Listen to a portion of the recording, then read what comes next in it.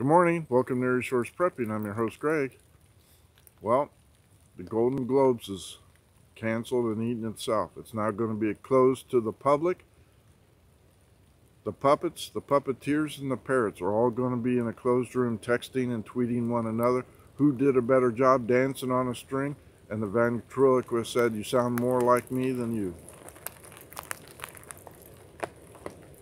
People have said there's going to be a great reset. Before you have a reset, you have to have a restructure, and I believe in 5 months, the clock starts right then and there. And when I say that, you look at the political climate, and if you're not hard left or hard right, you're not in the game.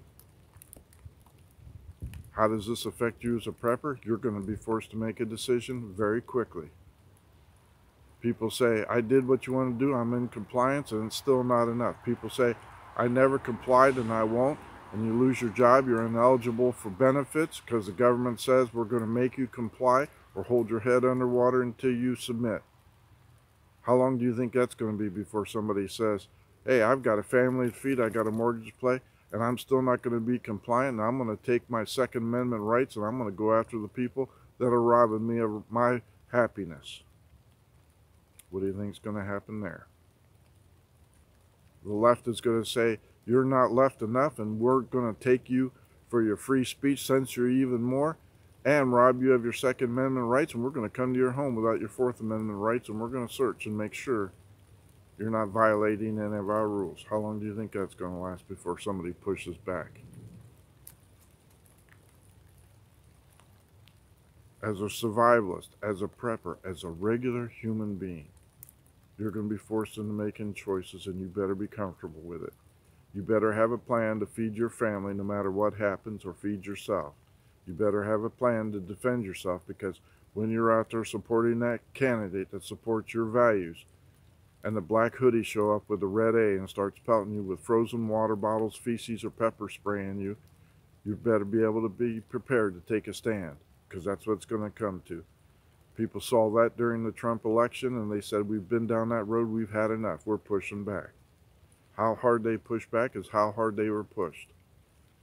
They may throw water bottles back or feces or anything else. I think it's going to be more. They're going to say, we've had enough. I can't get a job. I can't feed my family. It's because of you people, and I'm going to eliminate the problem. If I go with that, then that's fine by me. I'm going to take as many with you as possible. I think that's where we're headed.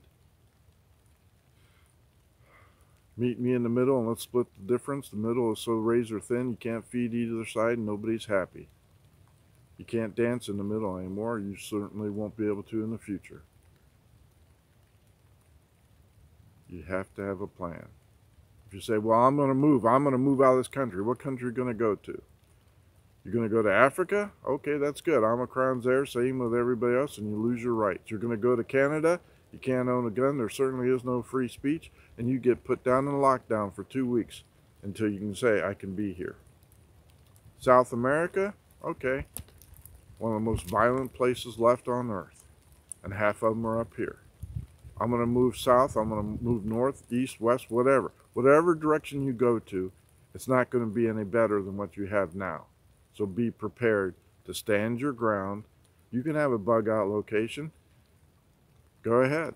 It's not going to change the fact that you still have to eat, drink water, and survive. One of the conversations I had is they said, the person that said, they'll never be able to turn off the internet. And I said, that's a lie. They can turn it off. They're already censoring you. You don't know what satellites are up there. You see Cuba shut down an entire nation, entire island, no internet. Hong Kong got the blackout just as well, Myanmar as well. If you don't think the powers that be don't have the finger on their button to say, I don't like your free speech and I'm shutting it down, I don't like the newscast, I'm shutting it down, you're sadly mistaken. We're not in charge and never have been. We're just making enough money to feed ourselves and give the rest to the people who are controlling us.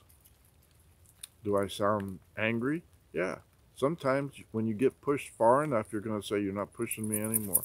My back's against the wall and I can't go through the wall. So you're either going to fold up, fall down, and say, okay, I'm in compliance, or you're going to take a stand. Sometimes you make a difference, sometimes you won't. But I think the majority of the people are saying we're taking a stand. You see it in the ratings on TV. NBA, NFL, all the sports shows, with the exception of NASCAR and rodeo, are all way down. News ratings, newscasters are falling by the wayside as fast as they can say, welcome to our show. MSNBC's eating their own. CNN is being oblivious to what and how long they can last. I have no idea. Fox News is saying, okay, we lost 70% of our viewing audience. Please come back. We've mended our ways. Now we're only having moderate Democrats on there to express their fair and balanced view. But that ship's already sailed. People aren't coming back. OAN and Newsmax are still saying, we're going to do this and here's the value of it. But Newsmax, the owner and the director, executive directors, are hard left. They're contributing the money that they're getting from their newscast to hard left candidates. And if you notice on Newsmax, they still have the hard left speakers on there. Not many, but enough.